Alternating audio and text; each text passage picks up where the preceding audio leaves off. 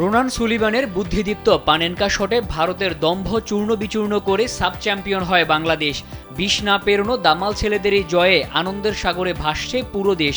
চারদিক থেকে ভেসে আসা অভিনন্দন বার্তায় সিক্ত হচ্ছেন লাল সবুজের কাণ্ডারীরা। মালদ্বীপে ভারতকে হারানো রোনান, ডেকলান, মানিক মোরশেদ, মাহিন্দের অভাবনীয় সাফল্যে অভিনন্দন জানিয়েছেন ক্রিকেটের রথী মহারথীরাও। সাবেক অধিনায়ক মাশরাফি বিন মুর্তজা যুবাদের অভিনন্দন জানিয়েছেন।